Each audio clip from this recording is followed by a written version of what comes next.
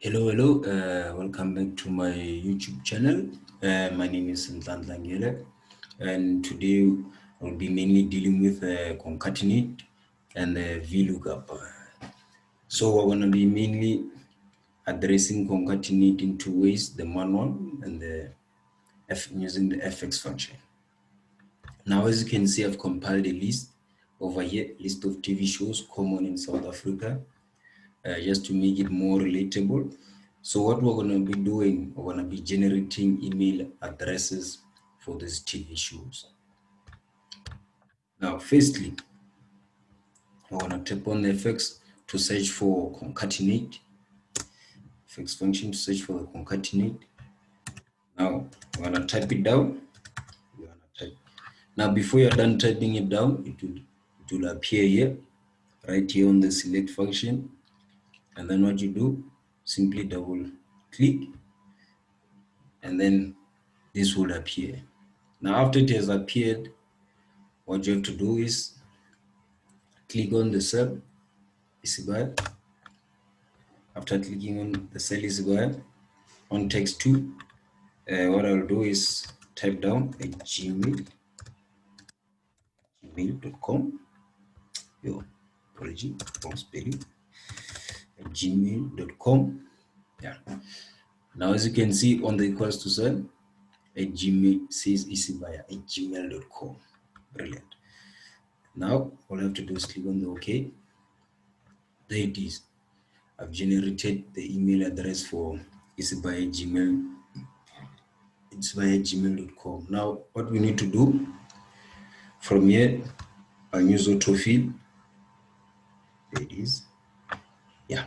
After using autofill, now we all have the emails for all the TV shows. We have emails for all the TV shows. Skimsam at gmail.com, the queen at gmail.com.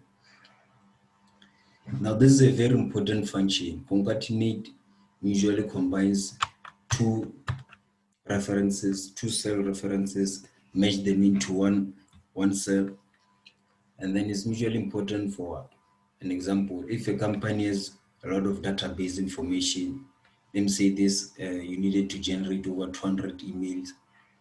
So this would be a simpler way of doing it. Then you can just autofill, unlike having to type them down one by one, which would cost you a lot of time. It's a very important function. And then the second way in which you can use it, simply equals to, click on the cell. Here I'm gonna be combining my surname and name, which is usually used when people want to combine the surname and name, when they say full names. So then after here, I'm gonna click on end, and then click on the next cell, my name. As you can see, I clicked on Ngele and then Ntlantla. Then simply press enter. There you have it, Ngele Ntlantla. Then if it was a list of many learners or many employees at the company, then you use autofill, fill it down, and then there you have it, concatenate. Very, very simple, but a little bit complex. You need to practice on it. Now, on to the next one. As I've said, we'll be dealing with concatenate and Vlookup for this session. Now, as a tutorial session, I've limited it to these two functions so that you can start to understand them a little bit better. Now, Vlookup is one of the most problematic functions when you don't understand it. I want to be doing Vlookup. Simply, again, on the fx function, search for Vlookup. There it is, like I said, appears before you're even done typing it down. Then click on OK. Now in Vlookup, you're gonna get 4 lookup value, table array, and the column index number, and then range lookup. Now for the lookup value, we're gonna be clicking on Isibai. for the lookup value.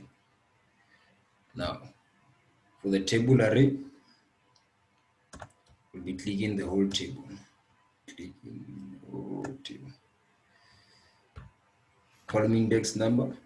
What should we look for? Let me see. Let's search for the very same emails that we've generated. Yes, I think that would be best. That would be best. Let's generate the very same email that we've been looking for. So simply say LMC. You have to check the number 1, 2, 3, 4, and let's go to number 4. Yes, and then here usually type false.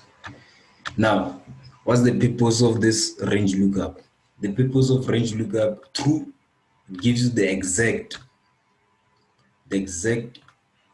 wording that you're looking for, the exact